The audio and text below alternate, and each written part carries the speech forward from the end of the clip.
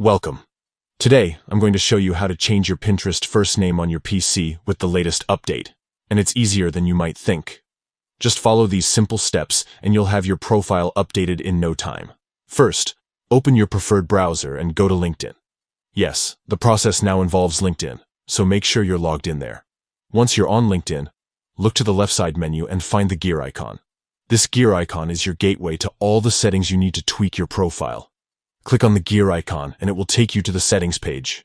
Here you want to find the option labeled Edit Profile. This is where you can update your personal information, including your first name. Once you're in the Edit Profile section, locate the field for your first name.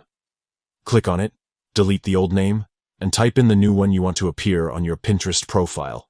It's that straightforward.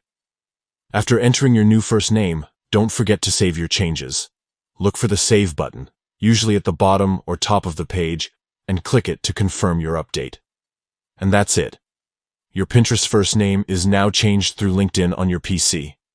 This new method might seem a bit unusual at first, but it's designed to keep your profiles consistent and secure across platforms. Thanks for watching, and if you found this guide helpful, don't forget to like and subscribe for more quick and easy social media tips. See you next time.